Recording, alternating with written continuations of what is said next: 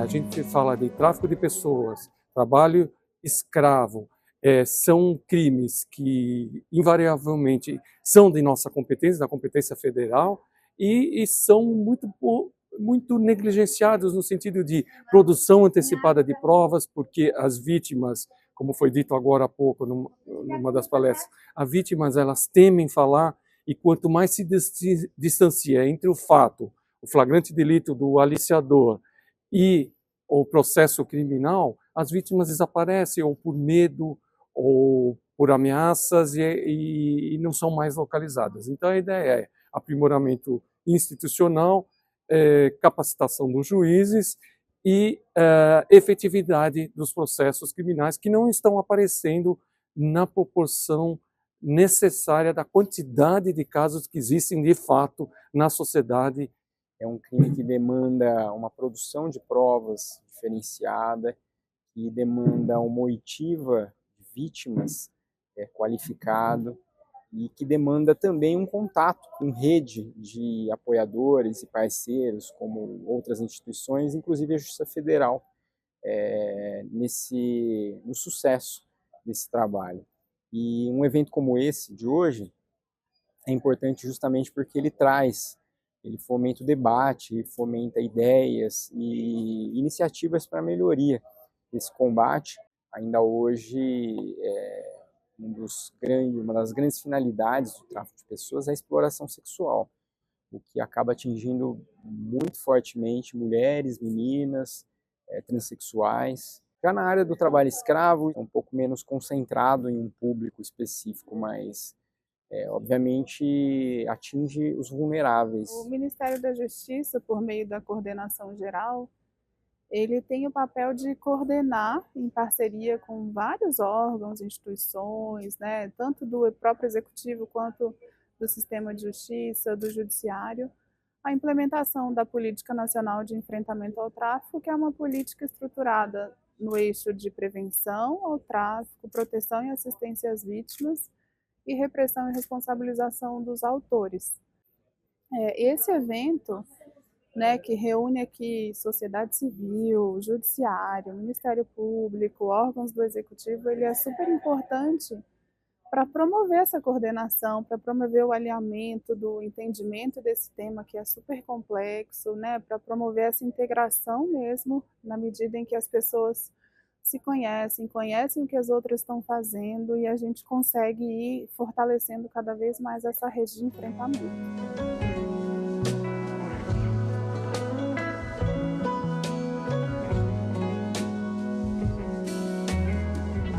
O maior desafio é o Poder Judiciário se adaptar a essas mudanças tecnológicas e às grandes corporações de exploração. Do ponto de vista trabalhista, nós nos preocupamos com a situação do trabalhador, do meio ambiente de trabalho e de toda a sociedade. E já do ponto de vista criminal, no nosso caso aqui, criminal federal, é a condenação do réu e que tem regras rígidas a respeito da condenação. Então, encontros como esse são muito importantes por trocas de experiências, de conhecimento e de entendimento da ação do judiciário que nós queremos, o judiciário do futuro, que a ideia é um judiciário proativo, um judiciário que não só reaja perante uma demanda, mas que possa pensar a sua atuação. Na verdade, toda vez que a gente é chamado para falar sobre tráfico de pessoas e trabalho forçado, a gente aprende muito, né, com as outras instituições. Esses eventos são muito importantes. O TRF3 está de parabéns pela organização do evento, pelos temas até agora ministrados, né? Então, eu tenho só a agradecer. E a Polícia Federal tem um papel muito importante nessa investigação. Mais de 50% das decisões do juiz pelo arquivamento foi por ausência de alguma instrução probatória. E se a ausência de alguma instrução probatória reflete na Polícia Federal, que a gente também é responsável por entregar esse subsídio ao Ministério Público e à Justiça para que o julgamento seja feito de forma correta, né?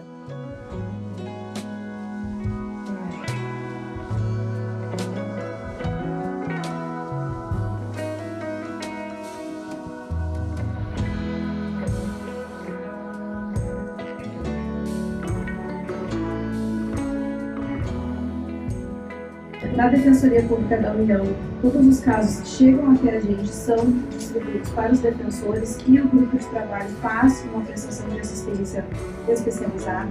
E aí, na mesma esteira dos comentários de que é importante a gente juntar grupos diferentes, instituições diferentes para tratar os mesmos casos, acho muito importante, eu concordo totalmente. Há muito tempo que várias instituições têm se unido para tentar fazer esse intercâmbio e a gente não consegue diante da complexidade que é o tráfico de pessoas. Então, depois que eles são resgatados, nós somos acionados, ou às vezes a gente é acionado para ir junto com o Ministério Público do Trabalho, ou se a OPF também, com a Polícia Federal, ou quem nos chamam, para que a gente possa ficar com as vítimas, porque a partir do momento que tem uma vítima, ela precisa de um cuidado especial. Porque no momento do resgate é um momento também muito traumático, né? Ela está assustada, ela está com medo, ela passou por diversas situações de violências graves, violência psicológica, violência física, patrimonial, enfim, ela passa todo tipo de violência. E aí, a partir desse momento, a gente cuida da pessoa. Então, em todas as suas necessidades básicas, e depois a gente vai vendo com ela qual que é a necessidade dela. Então, tem várias coisas que a gente precisa pensar no pós-resgate, né? Desde o seu trabalho, os seus laços familiares. Organizar um evento é sempre um desafio, mas eu diria que é principalmente muito gratificante para mim ter conseguido juntar aqui hoje vários representantes de várias instituições da rede de enfrentamento ao tráfico de pessoas. Porque tráfico de pessoas é um fenômeno que a gente só consegue enfrentar em rede, a gente só consegue enfrentar com muita cooperação. Porque, veja, há muitas questões a se debater sobre esse tema que é super complexo, né? O tráfico de pessoas é um crime que se reinventa o tempo todo, ele vai se readaptando, é um crime que tem cifras ocultas, a gente não tem números que sejam fidedignos de demonstração da realidade, há sempre uma cifra oculta, porque pouco se denuncia, porque a gente tem uma vítima que é uma vítima que não se sente vítima, uma vítima que tem medo de denunciar, uma vítima que não vem à tona. Então a gente precisa unir justiça do trabalho e justiça federal nesse enfrentamento ao trabalho escravo e ao tráfico de pessoas. Isso eu acho que foi muito relevante, essa união.